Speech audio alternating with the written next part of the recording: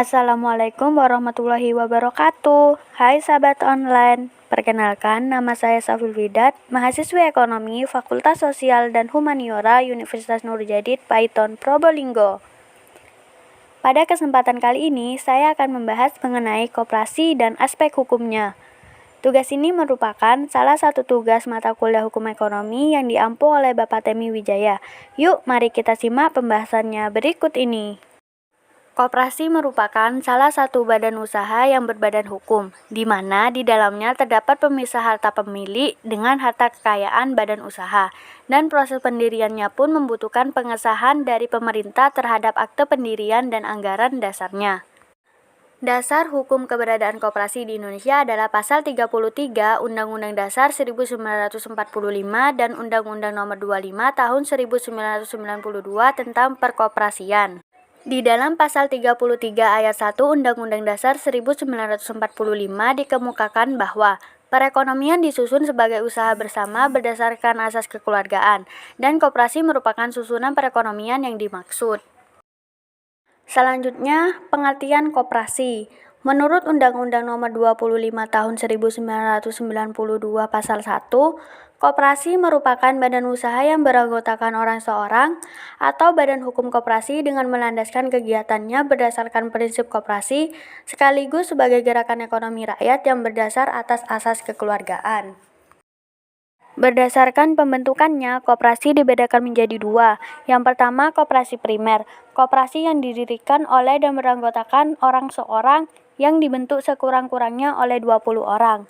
Yang kedua, koperasi sekunder. Koperasi yang didirikan dan beranggotakan koperasi yang dibentuk sekurang-kurangnya oleh 3 koperasi. Sedangkan berdasarkan kegiatan usahanya, koperasi dibedakan menjadi 4. Yang pertama, koperasi produksi. Koperasi ini menyediakan berbagai macam barang yang dihasilkan oleh para anggotanya. Selain itu, jenis koperasi ini menyediakan berbagai layanan jasa dari para anggotanya. Yang kedua, koperasi konsumsi. Koperasi konsumsi merupakan koperasi yang bergerak di bidang usaha kebutuhan pokok makanan. Secara umum, koperasi ini menyediakan berbagai produk kebutuhan sehari-hari.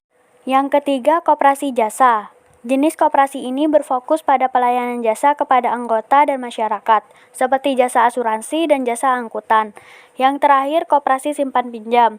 Jenis koperasi ini sering disebut sebagai koperasi kredit, di mana para anggota dapat meminjam dana dalam jangka pendek dengan bunga yang rendah. Selanjutnya, organ-organ dalam koperasi.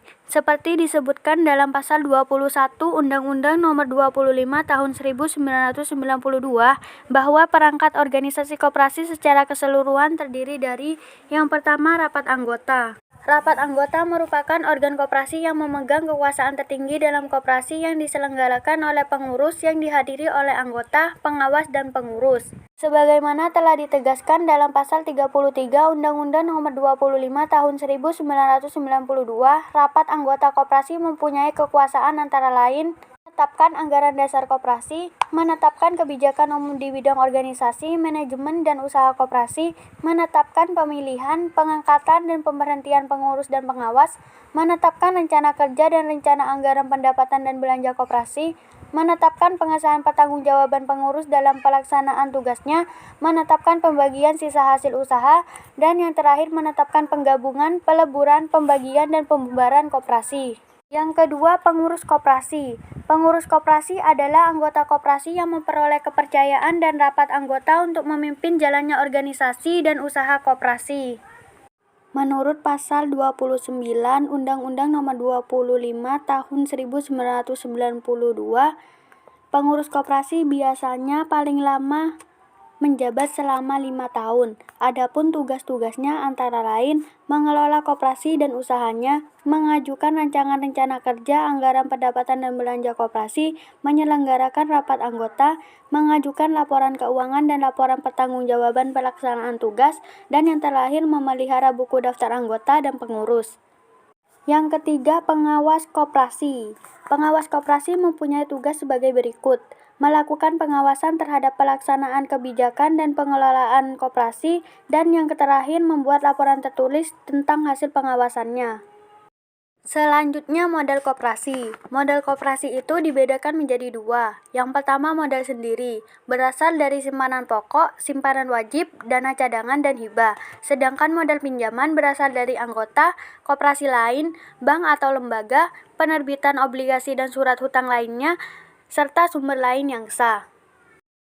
Sekian video pembahasan mengenai koperasi dan aspek hukumnya. Semoga bermanfaat dan mohon maaf apabila ada salah kata. Terima kasih. Wassalamualaikum warahmatullahi wabarakatuh.